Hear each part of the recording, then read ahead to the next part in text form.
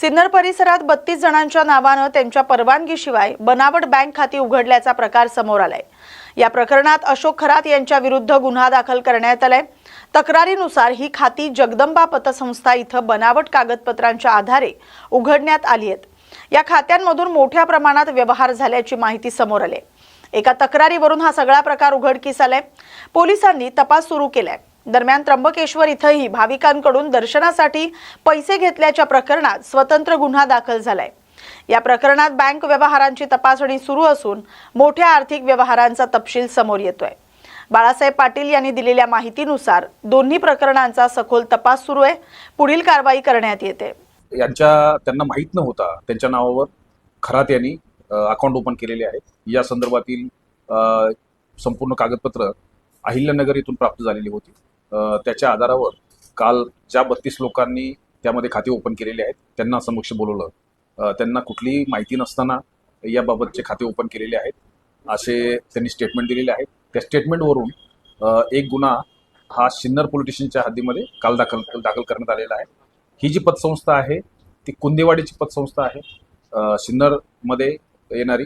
आणि या बाबतीमध्ये इतर जे लोक आहेत ते साक्षीदार आहेत की ज्यांनी असं म्हटलेलं आहे की आमच्या खात्यामध्ये आमचे कुठलेही डॉक्युमेंट्स न घेता, आमच्या कुठल्याही सह्या न घेता ते खाते ओपन केलेले आहेत।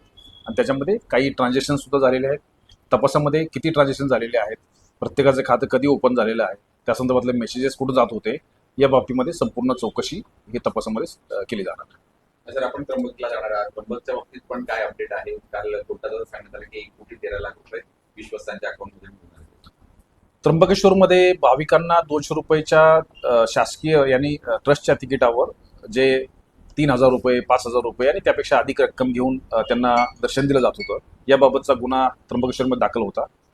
अलीकडे या बाबतीमधले संपूर्ण बँक अकाउंट्स जे गुन्हेगार जे आरोपी आहेत त्यांचे बँक अकाउंट्स, त्याचप्रमाणे जे एजंट्स आहेत त्यांचे बँक अकाउंट्स, त्यामध्ये काही गुगल पे, फोनपे याच्यामार्फत झालेले एंट्रीज या सर्व चेकिंग केलेले आहेत। त्यामध्ये असे काही भाविक आहेत की ज्यांच्या बाबतीमध्ये त्यांचं कुठलंही रिलेशन्स नाही आहेत, परंतु त्यांनी त्या लोकांना पैसे घेऊन आतमध्ये सोडलेलं आहे आणि त्यामध्ये काही आर्थिक देवाणघेवाण केलेली आहे। ही संपूर्ण आर्थिक देवाणघेवाण या बाबतीमध्ये समोर आलेली आहे आणि त्या विशेष तपास पथक यामध्ये काम करत आहे। EOWचे अधिकारी, सायबर सेलचे अधिकारी आणि त्र्यंबकेश्वरचे अधिकारी याच्यामध्ये वेगवेगळ्या पैलूवर अभ्यास करत आहेत। आणि जो आर्थिक देवाणघेवाणीचा प्रकार आहे ज्याच्यामध्ये खात्यामध्ये पैसे घेतलेले आहेत याबाबत संपूर्ण चौकशी ही सध्या सुरू आहे। आणि निश्चितपणे त्यांनी या दरम्यानच्या कालावधीमध्ये फक्त 4 दिवसाच्या ट्रान्झॅक्शनमध्ये काही गोष्टी समोर आलेल्या आहेत। आणखी जेव्हापासून ट्रस्टी म्हणून त्याची नेमणूक झालेली आहे तेव्हापासून अलीकडच्या काळापर्यंत जे ट्रान्झॅक्शन झालेले आहेत याच्याबाबत सुद्धा तपासामध्ये सध्या शोध सुरू आहे। स्वरूपाची माहिती आहे, कोणाच्या उपस्थितीमध्ये ती एसआयटी नेमलेली आहेत आणि तपासाच्या ज्या कक्षा आहेत त्या कशा आपण या तपासामध्ये काही आर्थिक पैलू असल्यामुळे या बाबतीमध्ये EOWचे अधिकारी सुद्धा काम करत आहेत। काही ट्रान्झॅक्शन्स जे आहेत ते स्पष्ट व्हावेत, काही फोन कॉल्स याची स्पष्टता यावी या दृष्टिकोनातून सायबर सेलचे अधिकारी सुद्धा काम करत आहेत। आणि त्र्यंबकेश्वरचे प्रभारी अधिकारी श्री कुलकर्णी यांच्या अध्यक्षतेखाली ही SIT आहे। सातत्याने ही टीम काम करते आहे, त्याच्यावर देखरेख ॲडिशनल SP नाशिक हे करत आहे। तर इथे 4 दिवसाचं ट्रान्झॅक्शन झालेलं म्हणतात, नेमकं किती पैसे आले आहेत त्यामध्ये आणि काय नेमकं?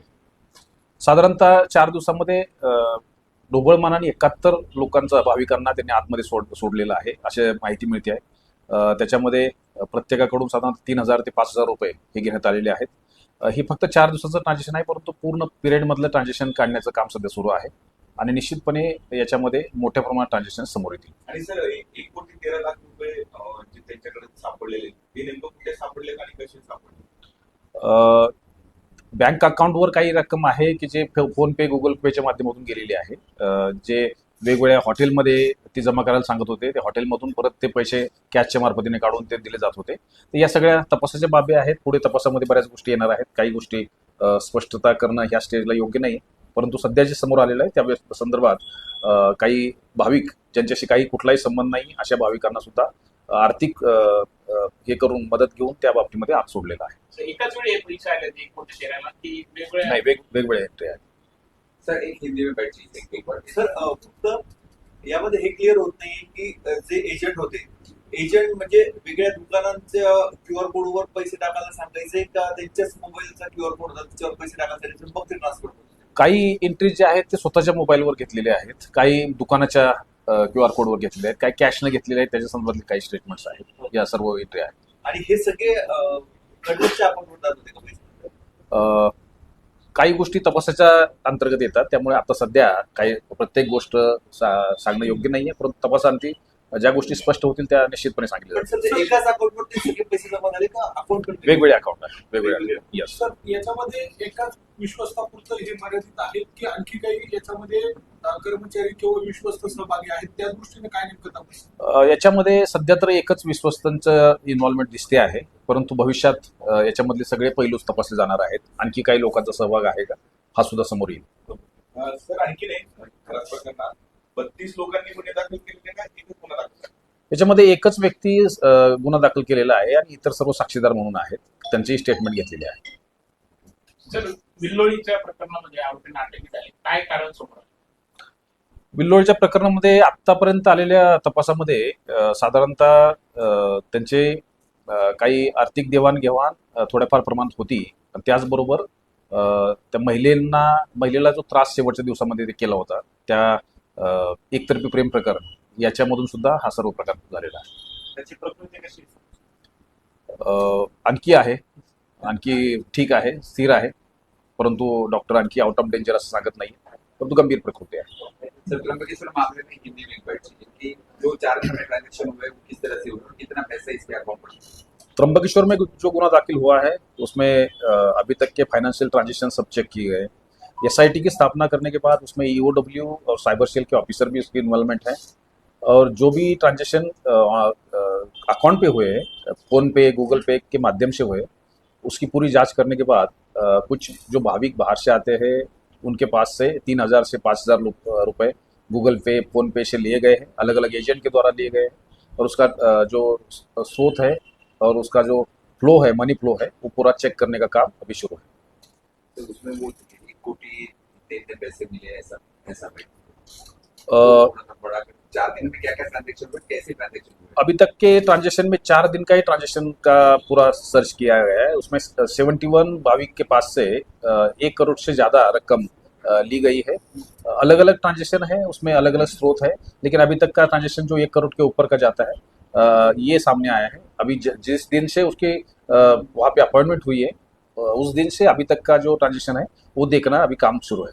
सर सिन्नरचा जो खराब विरोधातला गुन्हा दाखल झालेला आहे ते ट्रान्झॅक्शन नेमकं कधीपासून कधीपर्यंत आहे, ते कोणाच्या खात्यावर गेलेले? ते साधारणतः 2016 मध्ये काही अकाउंट काढलेले आहेत, 2017 मध्ये काही अकाउंट काढलेले आहेत, आणि ते साधारणतः 2023 मध्ये काही बंद केलेले आहेत, काही अद्यापही सुरू आहेत. त्यामुळे हे ट्रान्झॅक्शन्स आणि त्याच्या संदर्भातला दिलेला मोबाईल नंबर या बाबतीमध्ये खातेदारांना कुठलीही माहिती नाही.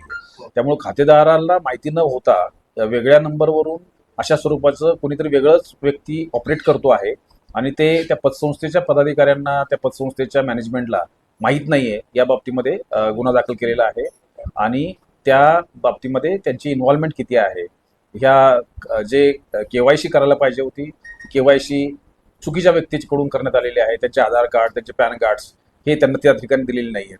त्यामुळे विदाऊट आधार कार्ड, विदाऊट पॅन कार्ड्स आणि कुठलीही KYC न करता फेक अकाउंट असे ओपन करून अशा स्वरूपाची कारवाई केलेली असं प्राथमिकदृष्ट्या दिसतं आहे, परंतु तपासामध्ये बऱ्याच बाबी पुढे येतील. सर आणि जो नंबर आहे तो नंबर नेमका कोणाचा आहे? याबाबतच सध्या चौकशी सुरू आहे. कालच गुन्हा दाखल झालेला आहे, यामुळे पुढच्या ज्या गोष्टी आहेत त्या निश्चितपणे समोर येतील. आणि सध्या 32 लोकांच्या खात्यावरती अंदाजे किती ट्रान्झॅक्शन वगैरे झाले असं काही ट्रान्झॅक्शन काही लाखामध्ये आहेत, वेगवेगळे ट्रान्झॅक्शन आहेत, काही 50 लाखाचे ट्रान्झॅक्शन आहेत, काही 20 लाखाचे ट्रान्झॅक्शन आहेत, वेगवेगळ्या स्वरूपाच्या रकमा आहेत. अंदाजे काही फिगर? नाही तर तो काल रात्री दाखल झालेला आहे, त्यामुळे त्याच्या संदर्भातला व्हॉल्यूम जो आहे तो आता निश्चितपणे पुढे येईल. सर आणि हे लोक आजपर्यंत तक्रार द्यायला पुढे काय होतं, अचानक कसं का गुन्हा दाखल? या बाबतीमध्ये जे अहिल्यानगरमध्ये गुन्हा दाखल झालेला आहे त्याच्यामध्ये काही गोष्टी समोर आल्या, हो. आणि त्याच्या आधारावर हा गुन्हा पुढे दाखल करण्यात आलेला आहे. याच्यात पतसंस्थेमध्ये लोक किती इन्व्हॉल्व वाटतात? निश्चितपणे काही जबाबदारी आहे त्यांची, की त्या खाते ओपन करताना प्रत्यक्ष खातेदार समोर आला पाहिजे, त्याचबरोबर त्यांचं पॅन कार्ड, आधार कार्ड ह्याचा वापर केला.